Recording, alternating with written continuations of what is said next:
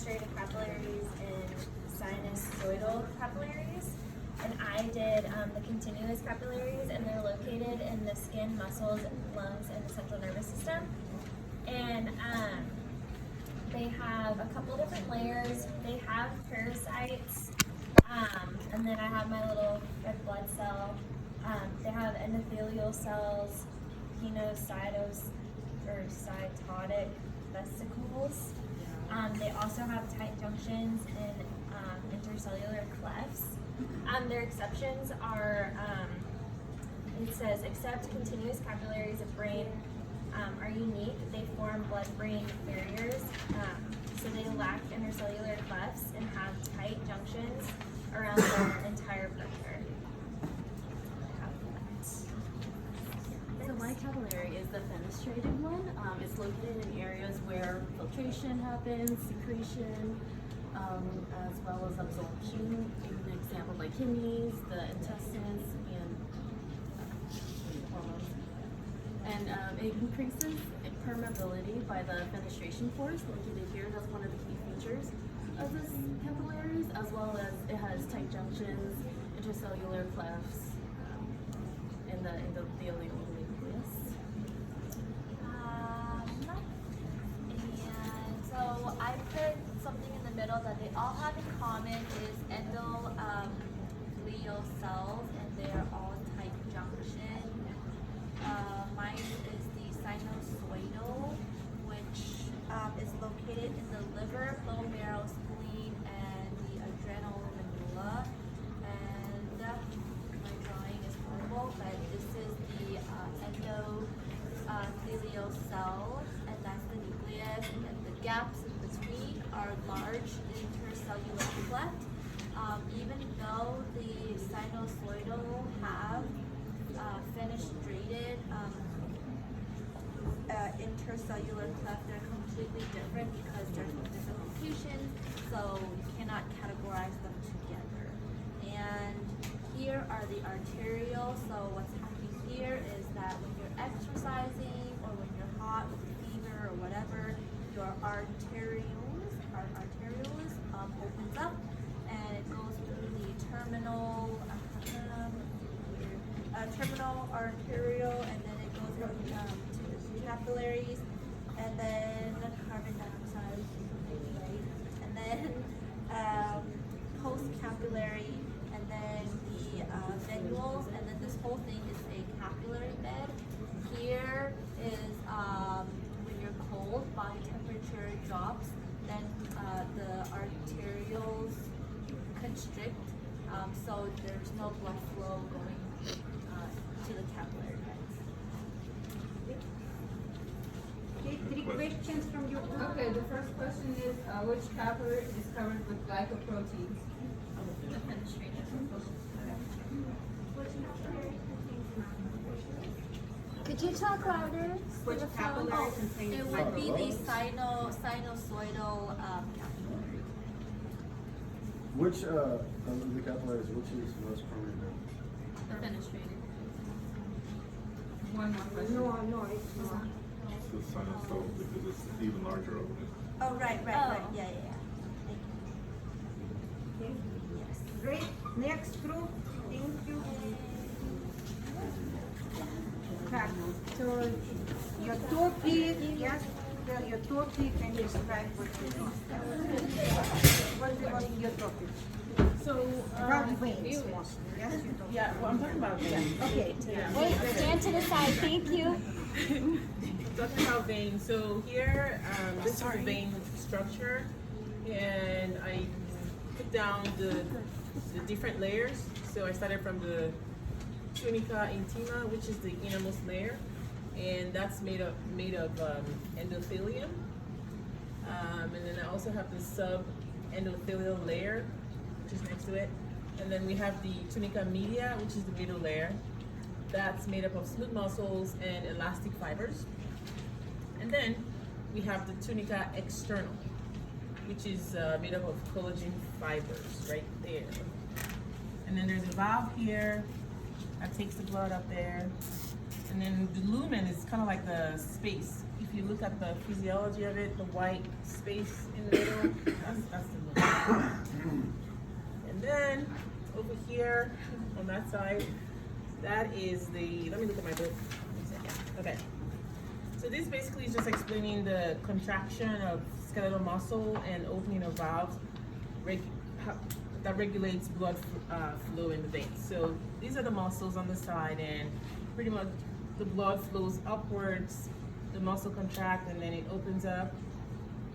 The blood goes in, and when the muscle relaxes, it kind of closes. That's why there is no backflow of blood. And here, up here is just a picture of the portal system. So the portal system basically just connects two capillary beds. So there's one here, and then when they connect, where they connect, that's the portal system. And then lastly, anastomosis. I think that one, what was that one again? That's the, It's if one pathway is blocked, there's another pathway that's open to connect. to allow blood flow. Right. So, A definition, what definition? yeah. So, so the definition, oh, I have it here. Let me look at it.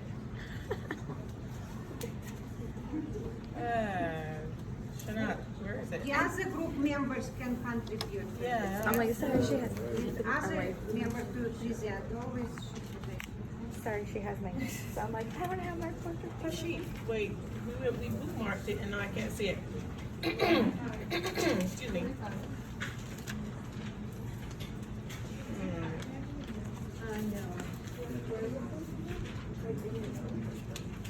I know what it is, I just need to put it in words.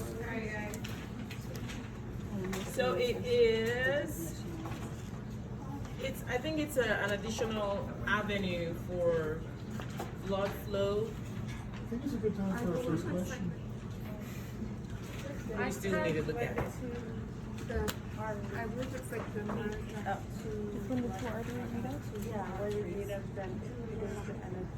Okay, thank you. Time for our first question.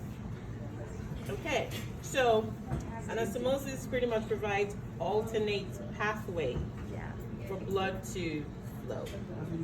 So if there is a, I said that already, right? So if there is a blockage, that just allows for, you know, additional pathway for blood to flow to prevent heart attacks and death and things like that. Okay, great. Thank you. Okay, next, now questions, not for you, let's do, where is your other group members? They need now answer the questions, yeah? Yeah. Okay, let's ask. Again. What types of veins have elastin fibers? What's that for veins? Is it the venous veins? I don't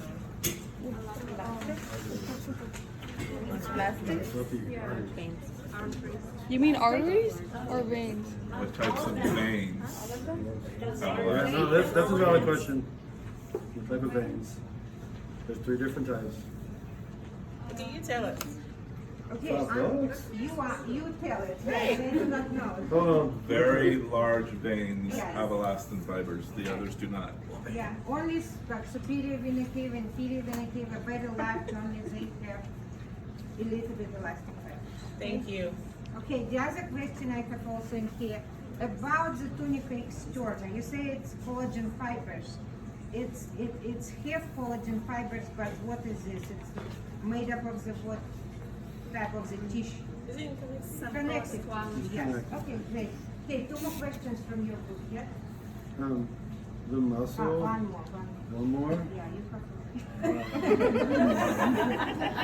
One more. The muscles, you said do what? What muscles? So when the muscles contract, pretty much the muscles enable the veins to push the blood through, and therefore as the pressure of the blood is going through, it opens up the veins, but as the muscle relaxes, it closes the valve so it prevents the backflow. So the muscles are used to return So the the muscles pretty much, oxygenated the blood. muscles move the the blood heart. upward to the heart. Right. So when you're talking about muscle, you need to specify it's a smooth muscle or skeleton muscle? Skeletal muscle. Okay, just make specific, yes, thank you. Okay. Okay, great. Next group, yes? Thank you. Okay, what topic you have? Yes? Okay, so we did blood vessel walls, and we illustrated the difference between arteries and veins. So arteries are more circular, veins are kind of a mishmashed shape. Arteries will have the elastic fibers visible as little squiggly lines on the inside. So we have the different layers. You start with the lumen on the inside for both of them, and then the tunica intima, which is the closest to the blood flow. The tunica media, which is where you'll find the muscle, and the tunica externa, which is what they just talked about, the collagen fibers. The vein is different in that it has the valve, and then of course the shape and the lack of elastic fibers. That's it. What is the most abundant tissue in the blood vessel wall? The blood vessel. You said tissue? Yes. Are you talking about the layers? We're just talking about the tissue. Tissue layers? Yeah. The media. I'm sorry? The media. No. What's the most abundant tissue in the blood vessel wall? What type of tissue? Oh, we're talking about the simple spinous. Smooth muscle. Okay. Yes. Good job. There's so many there. Yeah, sure. What type of, well, I think you actually have it up there though. What type of epithelial is the tunic intima? Alright. What allows the artery to retain its shape? Elastic fibers. Done. Okay, next group, yes? Okay, so we did 3 different arteries. So the first one is the elastic artery. As you can see here labeled, so it's like the lumen, the tunica intima, the tunica media, and the tunica externa. It's the largest artery in diameter, it's 1.5 centimeters. It's the thickest walled. It has elastin present in all the 3 tunics. It acts as a pressure reservoir and expands and recoils as blood is ejected from the heart, and it allows for continuous blood to flow downstream even between heartbeats. Okay, the second one is the muscular artery. It has elastic artery slowly becomes a muscular artery, and it's also called a distributing artery because it distributes blood to other organs. It has the thickest tunic media with more smooth muscle and less elastic tissue, and active in vasoconstriction.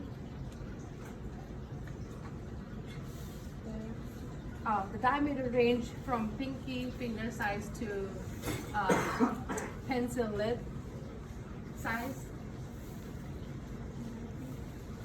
And again, it's like lumen here, and the second one is the simple squamous, like the tunica intima, tunica media is this third one, and the fourth one is the most short one is the tunica externa.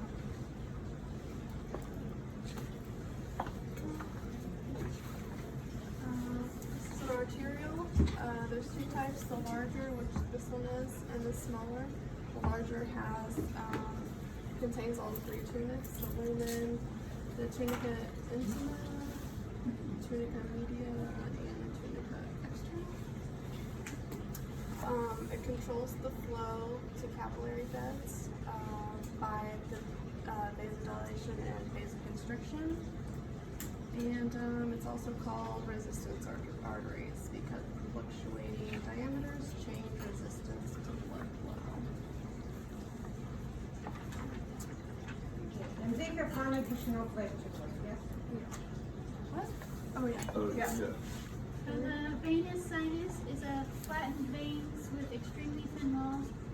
The examples are there's the coronary sinus in the heart and the dural sinus in the brain.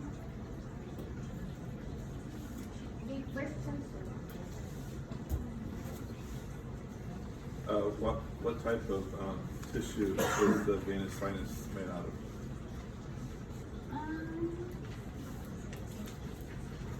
It has a thin wall, so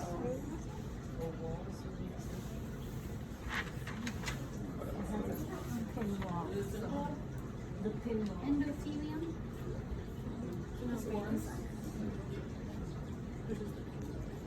Okay, next question. Which is under the most pressure? What was that? Which is under the most pressure? The elastic artery.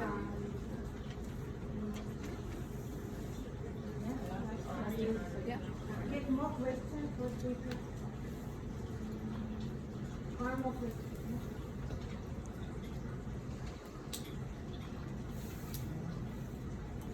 Okay, no more questions, okay. No, I mean, do we have, we can take, hold on. Okay, one more. What are those squidgy ones on the elastic artery? Just wondering. That's a question. It's like the texture. It doesn't text. Okay, it's texture, alright, great, fantastic. Okay, all done.